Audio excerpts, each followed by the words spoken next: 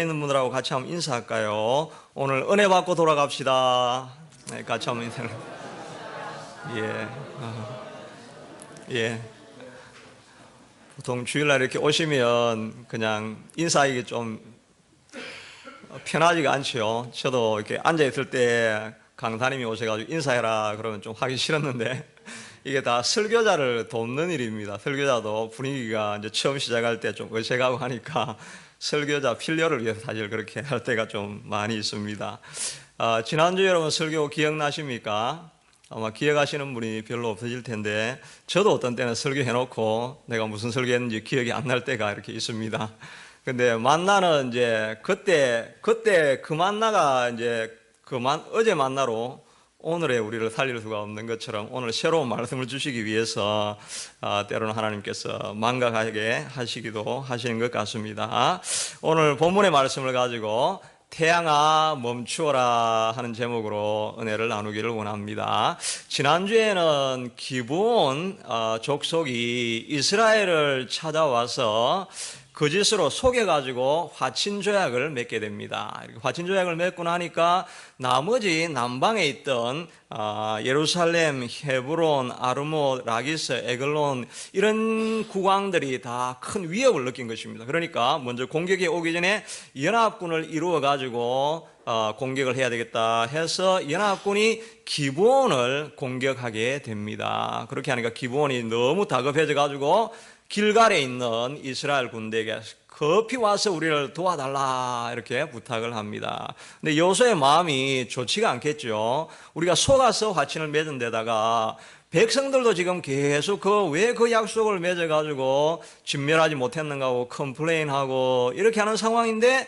또 와서 자기들이 연합군을 치는데 도와달라고 하니까 여호수아의 마음도 결단하기가 쉽지 않았을 것입니다. 그럼에도 하나님 앞에 물어보고 여호수아가 온 힘을 다해서 달려가서 기습해가지고 적군을 물리치게 됩니다. 새벽에 도착을 해가지고 물리치니까 연합군이라도 준비가 전혀 안 돼 있으니까 막 도망을 가게 되고 그런 가운데 하늘에서 우박이 내려와가지고 적을 이스라엘 군사가 죽인 것보다 더 많은 병사를 죽이게 되는 것입니다. 그런데 아직도 적병들이 많이 남아 있는데 해가 이제 기웃기웃하면서 지려고 하는 것입니다. 그런데 이때가 참 기회이기 때문에 적을 진멸해야 되겠다고 생각을 하면서 여호수아가 정말 전대미문의 성경 역사일에 있지 않았던 그런 기도를 했는데 태양아 기브온에서 멈추어라, 달아 너도 아얄론 골짜기에서 멈추어라 이렇게 기도를 했는데 실제로 해가 중천에 떠서 내려가지 않는 것입니다. 그래서 많은 시간이 있으니까 적을 진멸하게 되어진 이야기가 오늘 이야기가 되어지는 것입니다. 그런데 이 이스라엘 백성들은 처음에는 가기 굉장히 싫어했던 길이었는데 오히려 결과적으로는 이 이스라엘 백성들에게 굉장히 유익한 전쟁이 되어졌습니다. 만약에 연합군이 안 모여 있었다고 한다면 이 예루살렘, 헤브론, 아르못 이런 지역들은 다 높은 지역에 성으로 되어 있는 지역이거든요. 그러니까 만약에 한 성 한 성을 점령했다고 한다면 또 여리고와 같이 아이성과 같이 굉장히 힘들었을 것입니다. 에글론이나 이런 쪽은 또 저 멀리 떨어져 있는 남방에 있으니까 거기까지 군사가 다 옮겨가고 이렇게 하려면 자원도 굉장히 모자랐을 것이고 또 거기에 사상자도 많이 발생했을 것입니다. 그런데 자기들이 말도 안 했는데 성에서 다 나와가지고 평야에 한 곳에 몰려 있으니까 그냥 이스라엘은 단 한 번에 그들을 다 물리칠 수 있게 이렇게 오히려 유익한 길이 되었다 하는 것입니다. 때로는 우리도 마찬가지고 이스라엘이 실수했지만 하나님과 함께 하니까 그 실수가 오히려 좋은 기회로 만들어질 수 있다 하는 것입니다. 우리 인생도 마찬가지인데 실수했다 할지라도 하나님께서 함께 하시고 하나님께 가져가면 우리 인생을 더 복된 기회로 만들어 주실 것입니다. 하나님 앞에서는 어느 한순간도 의미 없는 인생이 없는 것입니다. 내가 그때 그것만 안 했더라면, 내가 그쪽 길로만 가지 않았더라면 그때 허송했구나, 이게 다 낭비였다 이래 생각하는 일이 있어도 하나님의 섭리가 거기 다 있었기 때문에 하나님 안에서는 어떤 것도 낭비가 없고 의미 없는 인생이 없는 것입니다. 지금 여러분의 상태를 통해 가지고 하나님께서 일하시기 위해서 모든 과정을 지나오게 하신 것입니다. 그래서 여러분들이 지금까지 실패했다, 내 인생 낭비했다 이렇게 생각을 해도 지금 하나님 앞에 그 인생을 가져나가면 하나님께서 완전히 새롭게 바꾸어 주시게 된다 하는 것입니다. 어느 친구가 화가집에 방문을 했는데 서서 이야기를 하고 커피를 마시다가 걷다가 그냥 넘어져 가지고 컵이 탁 날아가 가지고 벽에다가 커피가 싹 다 묻어버린 것입니다. 귀한 가구가 있고 그런 장식이 있는 그런 데인데, 그래서 너무나 난처한 상황이 된 거죠. 그런데 화가가 급히 가더니 부다고 먹을 가져와 가지고 그 커피 위에 발라 가지고 그게 오히려 아름다운 작품으로 만들어 주었다 하는 얘기가 있는 것입니다. 우리도 하나님 앞에서 이와 같은데, 우리 인생이 실패했다, 우리 인생이 혹은 잘못돼서 속은 인생을 살아왔다 이렇다 할지라도 하나님 앞에 가져가면 하나님이 그것을 아름답게 장식할 줄로 믿으시기를 바라는 것입니다. 지금까지 여러분의 삶이 어땠든지 간에 하나님은 그것을 재료로 사용하셔가지고 아름다운 인생으로 만들어 주시게 될 것입니다. 그래서 이 여호수아 기브온 전투를 통해 가지고 하나님께서 어떻게 더 나은 방향으로 만들어 갔는가 하는 것을 살펴보면서 우리도 그런 인생이 되기를 원하는 것입니다. 첫째는 남을 돕는 것이 나를 돕는 길이다 하는 것을 알아야 한다 하는 것입니다. 여호수아가 인간적으로 볼 때는 자기가 참 안 올라가고 싶었을 것입니다. 그리고 아까 말한 것처럼 백성들도 불만이 많고 가기 싫어했었을 것입니다. 그런데도 불구하고 하나님의 인도함을 받고 올라가니까 올라갈 때 또 이 사람들, 기브온 사람들이 뭐라고 했느냐 하니까 더디게 하지 마시고 10장 6절에 보니까 속히 우리에게 올라와 우리를 구하소서 이렇게 하는데, 이게 다 명령문입니다. 그러니까 자기가 잘못해놔놓고 우리 보고 도와달라고 하는데 명령적으로 이야기를 하고 이렇게 하니까 사실은 좀 기분이 상당히 나빴겠죠. 자기들도 굉장한 희생을 감수하고 올라가는데, 그럼에도 불구하고 기드온이 결정하고 돕기를 믿고 앞으로 나아가는 것입니다. 나아갈 때 7절에는 보면 모든 군사와 용사와 더불어서 길갈에 올라갔다. 온 힘을 다해서 올라갔고 또 밤새 쉬지 않고 전력을 다해서 앞으로 나아가서 도왔다 하는 것을 볼 수가 있는 것입니다. 도울 때 온 힘을 다해서 돕게 되니까 오히려 앞에서 말한 것처럼 그들에게 큰 유익이 되어지고 많은 전력들을 이렇게 전략할 수 있는 이런 길을 만들 수 있게 되어졌다 하는 것입니다. 잠언서 11장 25절에도 보면 구제를 좋아하는 자는 풍족해질 것이요 남을 윤택하게 하는 자는 윤택하게 되어질 것이다. 윤택하게 한다는 말은 힘과 용기를 불어넣어서 그 사람을 풍족하게 해준다는 것입니다. 내게 좀 싫고 내가 좀 마음에 안 드는 사람이 있어도 그 사람을 더 윤택하게 해주려고 하면은 내 인생이 윤택하게 되어진다라고 성경에서 말씀해 주시고 있는 것입니다. 그러므로 우리가 기회가 있을 때마다 내 마음에 좀 차지 않아도 남을 돕는 기회가 오면 꼭 도우시기를 바랍니다. 하나님께서 그것을 기억하고 여러분에게 축복을 더해 주실 것입니다.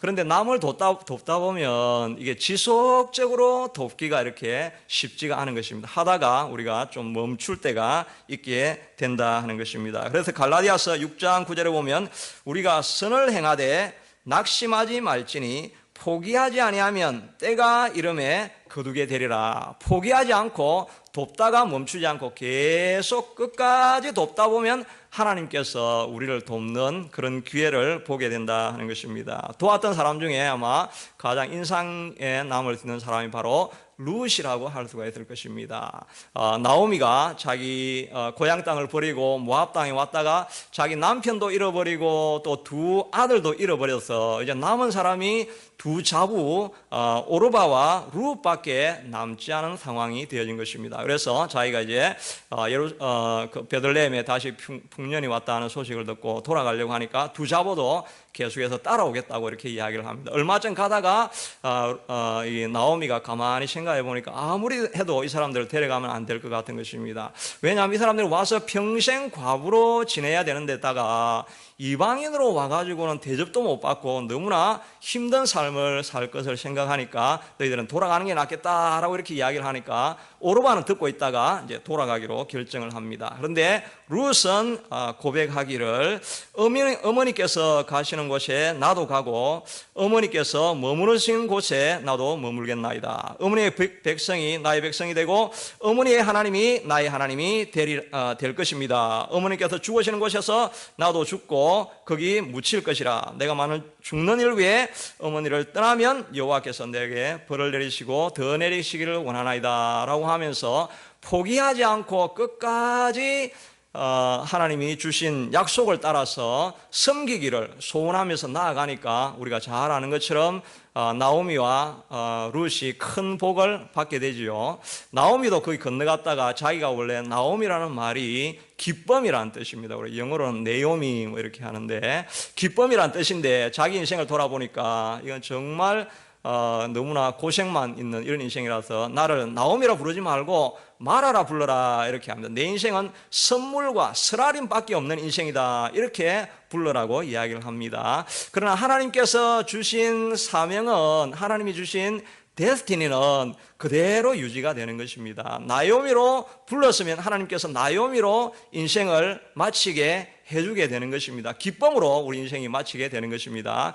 여러분이 지금까지 어떤 삶을 살아와서 쓰라림밖에 안 남았다라고 해도 온 세상 교회에서 기도 생활하고 예배 생활하고 이렇게 나아가면 마지막은 반드시 나오미로 여러분의 인생을 마칠 줄 믿으시기를 바랍니다.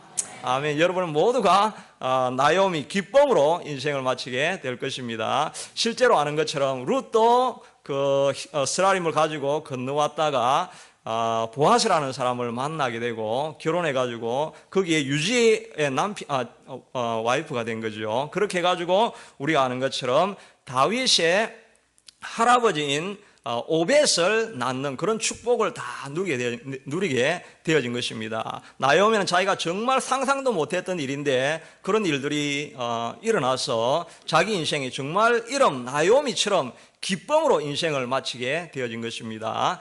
여러분에게 선한 일을 행할 기회가 왔을 때 그걸 놓치지 말고 남을 윤택하려고 포기하지 않고 계속 남을 구제하고 돕고 특별히 교회의 일을 힘써야 되겠죠. 하나님을 계속 도와드리면 나머지 여러분 인생을 나오미 인생으로 복된 인생으로 바꿔주시게 될 것입니다.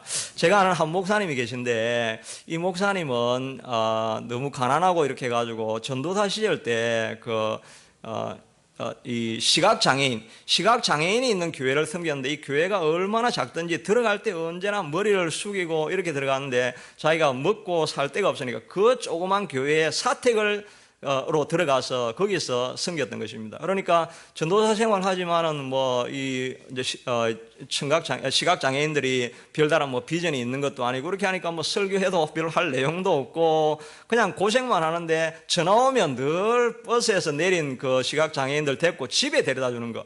이게 자기의 유일한 사역이었다는 것입니다. 그래서 자기가 늘 생각하면서 내 젊은 인생은 여기에서 이게 다른 사람들은 다 뭐 유학도 가고 큰 교회 섬기기도 하는데 내 인생은 여기에서 뭐 하는가 이런 한탄스러운 마음을 가지고 있었지만 그러나 그가 전심을 다해서 이 시각장애인들을 계속 섬기게 되어졌습니다. 그래서 한 2, 3년 지나고 나니까 이런 환경이 바뀌면서 거기를 자기가 떠날 수밖에 없는 환경이 되었습니다. 그래가지고 마침 그때 어느 교회가 그 교육자를 구했느냐 하면은 충현교회라고 여러분 아시죠? 큰 교회 있죠. 탑 크게 두 개. 그때 지금 아마 교세가 좀 많이 약해졌지만은 그 당시에는 한국에서 그 4만 명, 한 20년 전에 4만 명이어서 굉장히 큰 교회였죠. 그 교회인데 부교육자 청빙을 하게 되어진 것입니다. 그래가지고 갔는데 그때 마침 새 담임 목사로 오신 분이 전주대학교 총장으로 계시던 분이 거기 담임 목사로 오신 거예요. 그래가지고 이 부교육자 그때 자기가 목사가 되었는데 부목사를 뽑는데 부목사 뽑는 게 그 뭐 인터뷰 이런 게 아니고 학교 교수였다 보니까 시험을 친 겁니다.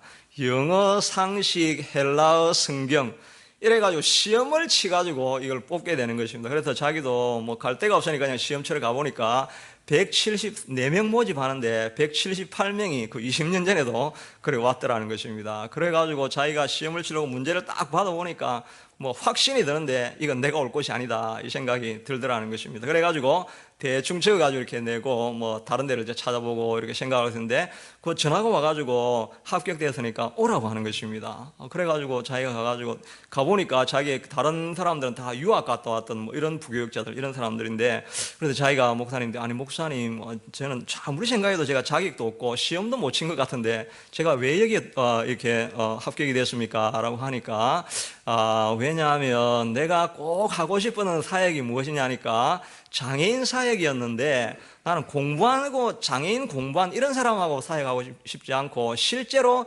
현장에서 섬겼던 그런 사람을 내가 찾고 있었는데 당신이 딱 와서 보니까 당신은 시험도 치기 전에 이미 합격을 시켜 놓았다라고 이렇게 하는 것입니다. 그때 자기가 이야기를 듣는데 정말 전율이 오더라는 것입니다. 내가 그때 섬길 때 그 참 힘든 마음으로 섬겼지만 그 전심을 다해서 섬기고 있을 때 하나님이 그걸 다 지켜보고 있었구나 이 생각을 하면서 하나님은 하나도 그냥 보내지 아니하신다 우리 하는 일을 다 기억하신다라고 하는 간증을 들어보았습니다. 그래서 저도 여러분을 섬길 때 이 근성으로 섬기면 안 될 것이다. 이 한 사람 한 사람을 이제 생명을 걸고 섬겨야 하나님이 딱 보고 얘는 정말 사람을 맡겨주면 야 얘는 1000명을 맡겨도 한 명같이 섬길 애다. 이게 이제 확신이 되면 하나님께서 복을 부으실 줄로 믿습니다. 저만 그렇게 아니고 여러분도 마찬가지. 여러분이 뭐 하여튼 앞으로 남은 생에 정말 이 사람은 내가 축복해주면 돈을 주면 이 사람이 절대 딴 데 안 쓰고 하나님 나라를 위해서 완전히 쓸 사람이다. 이게 하나님이 딱 마음에 꼽히면 여러분에게 물질이 그냥 막 오는 것입니다. 물질을 쫓아가지 말고 하나님을 쫓아가면 하나님이 물질, 건강, 자녀, 온 축복들을 다 주시게 될 것입니다. 그런데 문제가 있는 것은 우리가 남을 도와야 되는데 우리가 남들을 뭐 무조건 무제한으로 다 도울 수가 없잖아요. 그러면 내가 망하잖아요.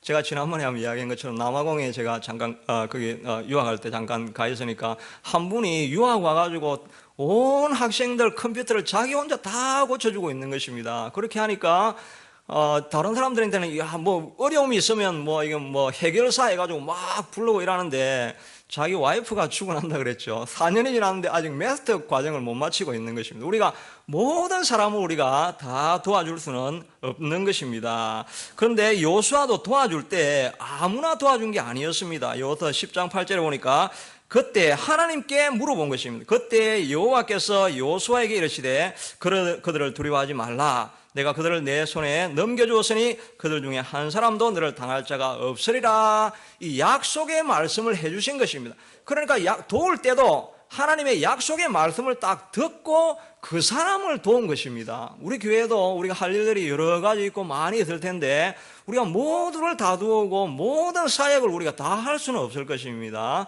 그래도 우리가 계속해서 기도하면서 비전을 구하고 찾는 것은 하나님이 우리에게 공통적으로 주시는 하나님의 마음, 비전이 무엇일까? 그 마음을 우리가 찾고 있는 것입니다. 그래서 우리가 한 곳에 집중해서 하나님이 원하시는 일, 그 일을 해야지 세상의 모든 하나님이 좋아하시는 일을 우리가 다 할 수는 없게 된다 하는 것입니다. 여러분 삶에 있어서도 하나님의 부르신 곳에 투자하면 하나님께서 우리를 크게 하실 것입니다. 둘째는 하나님의 전능하심을 믿으라 하는 것입니다.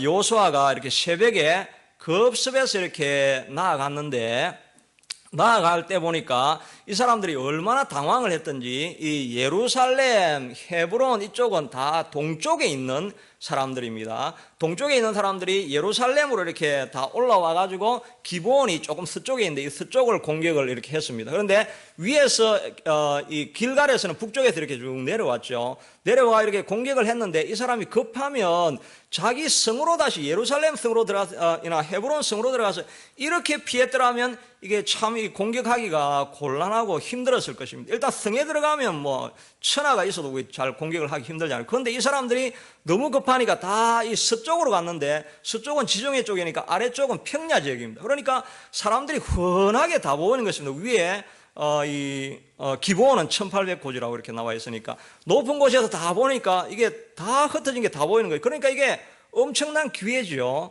그래가지고 하나님이 우박을 내렸는데도 다 죽은 것은, 만약에 성 안에 들어가 있었으면 뭐 우박이 내려도 이렇게 뭐 방음막이 있는데 들판에 있으니까 다 죽었는데도 또 남아있는 것을 보니까 이때가 지금 공격할 이 적기라는 것입니다. 그러니까 이 여호수아가 담대한 기도를 했는데, 하나님이여 이때가 기회이기 때문에 내가 공격을 해야 됩니다 하고, 태양아 멈추어라, 달아 멈추어라, 그 기회가 되기 때문에, 타이밍이 딱 맞기 때문에 그 담대한 기도를 했는데 실제로 해와 달이 멈추게 되어진 것입니다. 근데 이 담대한 기도는 이 여호수아만 하라고 한 기도가 아니고 우리 모두에게도 이 기도를 하라고 한 것입니다. 우리가 사도신경 늘 할 때 그렇게 하죠. 전능하신 하나님을 내가 믿사오며, 전능하사 천지를 만드신 하나님을 내가 믿사오며, 그렇게 하셨잖아요. 그러면 태양을 만드는 게 쉽습니까? 태양을 멈추는 게 쉽습니까? 틀릴까 봐 말씀을 안 하시네. 이게 멈추는 게 쉽죠. 없는 거 만드는 게 더 힘들죠. 천지를 만드신 하나님을 우리가 믿는다 그러면 왜 멈추라고 하는 기도는 왜 못하겠습니까? 이 산을 움직이는 우리가 기도도 할 수 있는 것입니다. 그래서 우리가 마가복음에도 보면 이 산들아 들리어 바다에 빠뜨리라 이렇게 기도하면 그대로 되리라고 하나님께서 약속을 해주신 것입니다. 그러니까 이 해와 달을 멈추는 기도는 여호수아만 하는 것이 아니라 우리 모두도 다 해야 되는 기도인데, 우리가 그런 기도를 이제 아예 포기하고 안 하죠. 아무리 그래도 그런 기도를 우리가 할 수 있나 이러면서 우리 절대 그런 기도는 안 합니다. 그 본문 읽으면서 이 본문이 참 좀 곤란한 본문인데 하면서 그냥 다 넘어가 버리게 된다는 것입니다. 이게 왜 이런 현상이 생겼느냐 이렇게 하면서 어떤 책에서 분석을 해놨는데, 미국의 스티븐 퍼틱이라고 하는 목사님이 태양아 멈추어라 하는 이런 책을 적었습니다. 이때가 2011년도에 적었으니까 한 7년 전에 적었는데, 이때 이 목사님 나이가 30살이세요. 30인데 이 목사님 교회가 엘리베이션이라고 하는 교회였는데, 그때 30살인데 6,000명이 모였습니다. 7가정이 시골에서 도시로 나와가지고 교회를 해가지고 몇 년 만에 이루어진지는 모르지만은 자기가 30살 때 그 6,000명의 교회를 이루었으니까 얼마나 많은 기적을 자기가 체험을 했겠습니까? 태양을 멈추어라 같은 그런 기도를 많이 하고 우리도 여전히 그런 기도를 할 수 있다라고 이야기하는 것입니다. 그런데 우리가 이 외상 후 트라우마, 외상 후 스트레스 이런 이야기 많이 들어봤잖아요. 차 사고가 한번 딱 나면, 차 사고가 그때 한 외상이 한번 났는데 그게 트라우마가 생기면 그 다음에 운전 바로 하라 그러면 여자들은 운전을 거의 뭐 한 달 이상 못 합니다. 이 외상 후에 트라우마가 있어가지고 스트레스가 남아있어가지고 그걸 겁이 나서 못하지요. 우리도 태양아 멈추어라, 또 산아 건너가라 이런 이야기를 막 하고 이렇게 하면 안 되는 걸 자기가 많이 경험을 해봤기 때문에, 또 질병이 있다든지 이런 분들은 많이 해봤는데 안 되기 때문에 트라우마가 있어가지고 이제 그런 이야기는 절대 안 한다는 것입니다. 그런데 이제 이분 책을 내가 몇 가지 이렇게 살펴보면서 이것을 극복할 수 있는 게 무엇인가, 우리가 여전히 하나님이 산을 옮길 수 있는 이런 기도를 우리가 할 수 있으려면 어떻게 이걸 극복할 수 있느냐 하면, 첫째는 하나님의 뜻을 따라서 기도를 해야 된다는 거. 우리가 나야가라 폭포야 멈추어라 이렇게 하면 안 되는 걸 알죠? 왜 안 됩니까? 하나님이 그렇게 할 이유가 아무 이유가 없기 때문에, 하나님이 뜻이 없는 기도는 그렇게 하면 안 된다는 것입니다. 오늘 여호수아 10장 12절에도 보니까 태양아 멈추어라, 달아 멈추어라 하기 바로 전에 12절에 이스라엘 자손에게 넘겨주시던 날에 여호수아가 여호와께 아뢰어, 하나님 앞에 물어보고 그 기도를 했다는 것입니다. 그냥 기도를 한 게 아니고, 하나님 이렇게 기도를 할까요? 이게 지금 필요합니까? 하나님 뜻입니까? 물어보고 그 다음에 기도를 하니까 그 기도가 응답이 되더라 하는 것입니다. 그러니까 우리가 기적을 구하는 기도를 할 때 하나님이 이것을 원하시는가 원치 않는가, 그 기도가 중요한 것입니다. 요한복음 15장 17절에 보니까 너희가 내 안에 거하고 내 말이 너희 안에 거하면 그때 무엇이든지 원하는 대로 구하라고 말씀하시는 것입니다. 하나님의 뜻이 내 안에 거할 때 우리가 구하면 된다 하는 것입니다. 하나님의 뜻대로 구하려고 하면 가장 확실한 게 뭐냐니까, 교회를 위해서 구하는 것입니다. 교회, 자기 개인적인 기도는 내 욕심이 들어갈 수도 있고 또 내 순수한 필요가 들어갈 수도 있고 이런 거 다 있지만 우리가 가장 순수하게 구할 수 있는 것은 하나님의 나라, 하나님의 의를 위해서 구하는 것은 하나님이 기뻐하시는 일이죠. 그런 기도는 우리가 큰 마음 먹고 크게 기도할 수 있다 하는 것입니다. 우리 교회를 이렇게 돈 드는 거 아니니까 기도할 때 여러분 작게 기도하지 마시고 그냥 우리 교회가 변변하게 유지만 되면 참 좋겠습니다. 이 자리가 참은 좋겠습니다. 이렇게 기도하지 마시고 우리가 큰 빌딩을 사가지고 건너갈 줄로 믿습니다. 이렇게 기도를 하시기 바랍니다. 아멘도 별로 안 하시네. 그렇게 하면은 반드시 트라우마가 생길 것입니다. 해봐도 안 돼. 이런 마음이 꼭 생길 것입니다. 그럼에도 불구하고 시간이 걸린다는 것입니다.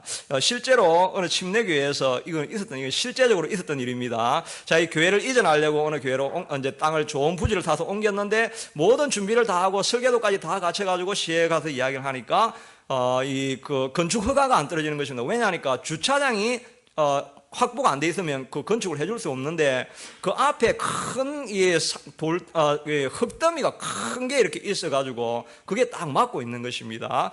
그래서 사람들이 처음에는 다 컴플레인하고 왜 이런 땅을 사가지고 돈을 다 허비했냐고 이렇게 막 불평을 많이 했습니다. 그때 목사님이 이 산들을 움직이라 하면 움직여질 것이라고 하셨으니까 우리 이 언덕을 움직이게 해달라고 기도합시다. 이렇게 작전 기도를 하기로 해서 진짜 작전 기도를 했습니다. 그리고 마지막에 마지막 날에 시에서 전화가 와가지고 그 앞에 있는 그 흙더미 있는 언덕을 우리가 다 흙을 파갈 수 없습니까? 이렇게 물어보는 것이죠. 왜냐하면 자기가 최신부 건물을 만들어야 되는데 땅이 너무 파여 있어가지고 거기에 담을 흙이 필요한데 자갈에 섞여 있는 흙이 필요한데 그 딱 교회 앞에 있는 게 그 흙이라는 것입니다. 그래가지고 바로 팔면 안 되겠죠.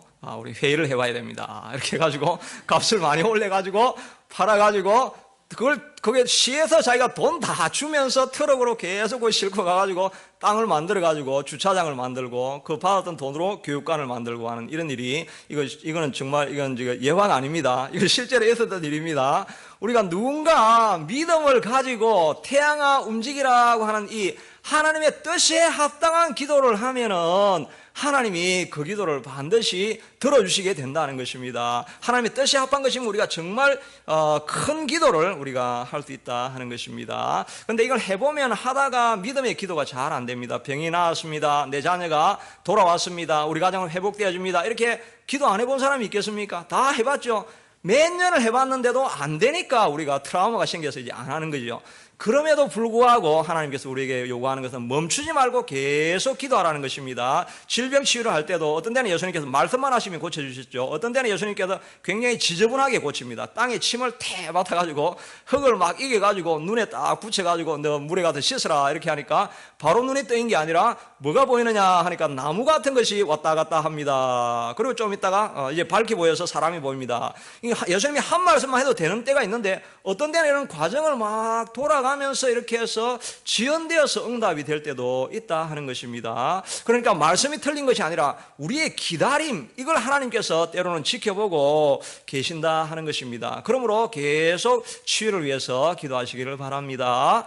저도 요즘 새벽 기도 이렇게 할 때 여러분 새벽 기도 마지막 기도 부분은 이제 녹화가 안 돼 있습니다. 그런데 거기에 엄청난 비밀이 그 뒤에 들어가 있습니다. 마지막 기도, 그 현장에 나온 사람만 이렇게 볼 수 있는데, 저도 이렇게 기도하다가 이 치유 기도를 할까 말까, 이거 하는데 안 고쳐지면 이게 얼마나 창피야.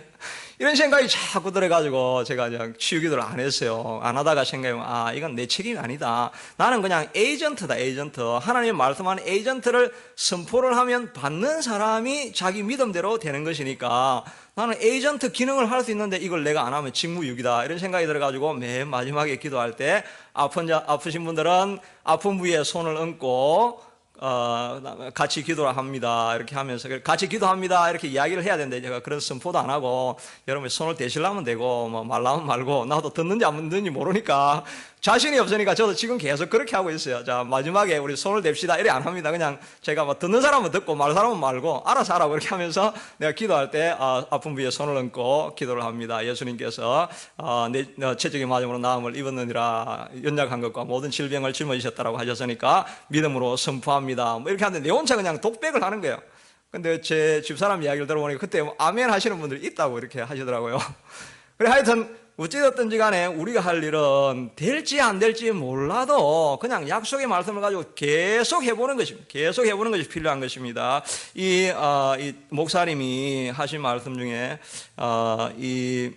그 믿음의 기도를 할 때 꼭 우리가 기억해야 될 것은 모두가 100% 확신을 가지고 기도하는 건 아니라는 것입니다. 자기도 기적이 많이 일어났는데 그래 보니까 태양이 멈추는 땅은 약속과 혹시가 공존하는 땅이다. 아무리 대담한 믿음을 품어도 의심과 두려움이 완전히 사라지지는 않는다. 하지만 대담한 믿음으로 한 발짝씩 걸어 나아갈 때마다 의심과 두려움의 힘은 조금씩 줄어든다. 이렇게 하는 것입니다. 제가 신유를 위해서 막 기도를 해도 저도 의심이 많이 들죠. 뭐 옛날에 해봐도 안 됐고 뭐 안 됐는데 이게 되겠나? 뭐 교회 또 부흥이 이렇게 내가 이야기는 많이 했는데 자꾸 이야기했다가 내가 자꾸 이 창피가 돼가고 있는데 지금 너무 부끄러워서 이제는 절대 부흥이란 말 안 해야지. 이렇게 하면서 이게 마음의 스트러글이 계속해서 있는 것입니다. 그래도 또 말씀은 또 새벽 기도할 때는 또 말씀을 내가 선포하고 기도하다 보면 그래도 하면 되지. 이런 마음을 또 가지고 있다가 또 이 현실을 바라보면 변한 게 뭐가 있어? 아무것도 안 되지. 이러면서 이 믿음 안에서 끊임없는 스트러글을 하는데 하다가 멈추면 그냥 그대로 트라우마로 남는 거고 그걸 붙들고 계속해서 나가다 보면 어느 순간에 물론 안 되는 사람도 많지만 되는 사람은 또 되게 하나님께서 만들어 주신다 하는 것입니다. 그러니까 지속적인 시스템이 중요한 것입니다. 여러분 삶에 좋은 시스템을 만들기를 바랍니다. 그 시스템이라는 게 뭡니까? 예배 자리 나오는 것입니다. 여러분 물론 환경에 있어서 못 나오시는 분들은 또 환경이 있는 줄 알지만 나올 수만 있다고 한다면 이 새벽에 나와서 매일매일 이렇게 기도를 하니까 실망했다가 또 기도하면 또 힘을 얻고 이게 자꾸 반복이 되다 보면 이게 조금씩 이렇게 앞으로 나아가는 것입니다. 뒤로 물러가지 않고. 근데 시스템이 없는 사람은 그냥 하다 보면 혼자 하다가 그냥 풀이 죽으면 그냥 모든 믿음의 기도는 이게 트라우마로 남게 될 수가 있다 하는 것입니다. 그러므로 우리의 실패를 성공으로 바꾸고 개선으로 바꾸고 가려고 하면은 이런 믿음의 기도를 멈추지 않고 계속해서 해나갈 수 있게 되기를 바랍니다. 마지막으로 모든 우리의 이 전쟁은 길갈에서 시작해서 길갈로 마쳐야 된다는 것입니다. 오늘 6절에 보면은 15절에 보면은 15절에 보면은 제 성경 덮어버렸네요. 15절에 보니까 다 전쟁이 끝난 이후에 이 여호수아가 모든 백성을 이끌고 길갈로 돌아갔더라 이렇게 15절이 되어 있죠. 그 다음에 43절을 읽어보면 또 다시 여호수아가 공격을 하러 갔는데 공격하러 갔다가 맨 마지막에 또 온 병력을 다 이끌고 길갈로 돌아왔더라 이렇게 말하고 있습니다. 길갈에서 기브온까지가 35km, 그 다음에 아얄론 골짜기까지가 한 20km 이렇게 해가지고 50km 내지 60km 되는 먼 길입니다. 근데 먼 길인데 전쟁이 끝나면 길갈로 돌아가고 다시 공격했다가 다시 길갈로 돌아가고 다 모든 전쟁이 끝나고 나서 이 여호수아는 길갈로 돌아가서 그의 하루를 마치게 된다 하는 것입니다. 길갈이 어디입니까? 길갈이 바로 군대 장군이 나타나가지고 이것은 거룩한 땅이니 내 발에 신을 벗으라고 했던 그 땅 아닙니까? 하나님의 임재가 있는 곳, 하나님이 함께하는 곳, 예배가 있는 곳에서 하루를 시작하고 예배가 있는 곳에서 하루를 마치라 하는 것입니다. 교회 올 수 있는 사람도 올 수 있고 그렇지 않더라도 집에서도 이런 매일매일 기도로 마치는 것, 예배로 마치는 삶이 있어야 된다는 것입니다. 여러분 이 아브라함과 야곱의 삶을 한번 비교해 보세요.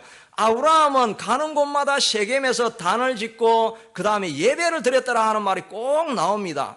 그런데 야곱은 자기가 가는 곳마다 베델에서 하나님을 만나서 단을 한번 짓고 나서 라반 집에 있을 때 예배했더라는 말이 하나도 없습니다. 모든 술수와 수많은 노력을 통해 가지고 자기가 재산은 조금 얻었을지 모르지만 그 마음에 쓰라린 인생, 힘든 인생을 살았다고 고백하는 것입니다. 라반에게 고백하기를 창세기 31장 40절에 보면 내가 이와 같이 낮에는 더위와 밤에는 추위를 무릅쓰고 눈붙일 겨를도 없이 지냈습니다. 그렇게 했더니 형님께서 내가 딸을 위해서 14년 또 양떼를 위해서 6년을 이렇게 외삼촌에게 봉사하였는데 삼촌께서는 내 품의 삭설 10번이나 변경하셨나이다.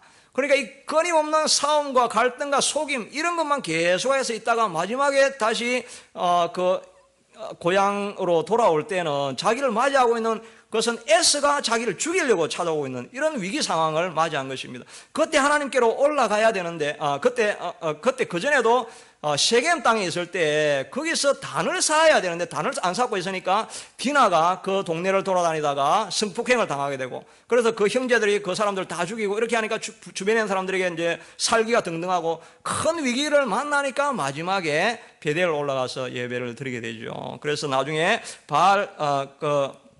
바로를 만나가지고 자기 인생을 마지막 회고하면서 하는 말이, 내 나그네의 길이 세월이 130년이었나이다. 내 나이가 얼마 못 되니 우리 조상이 나그네 길에 연주에 미치지 못하나이다. 그러나 내가 험악한 세월을 살았습니다. 이 야곱이 얼마나 열심히 일을 했습니까? 근데 그 인생의 마지막 결론은 내가 험악한 인생을 살았다는 것입니다.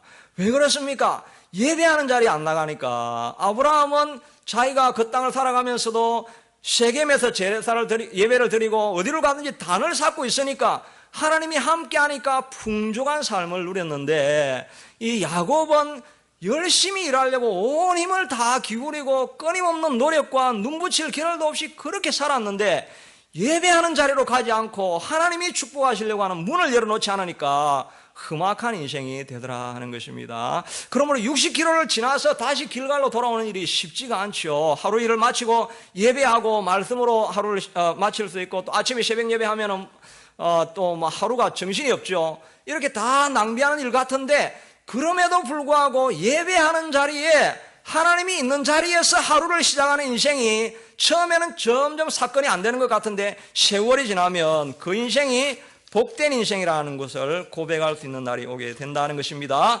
그러므로 여러분, 우리가 하나님 앞에서 회복되는 인생을 살기를 원하면 예배하는 자리를 잊지 말고 하나님을 날마다 만나시는 저와 여러분이 되시기를 바랍니다. 아멘. 이 시간 우리 같이 한번 기도할까요? 주신 말씀을 가지고, 하나님, 내가 좀 힘들어도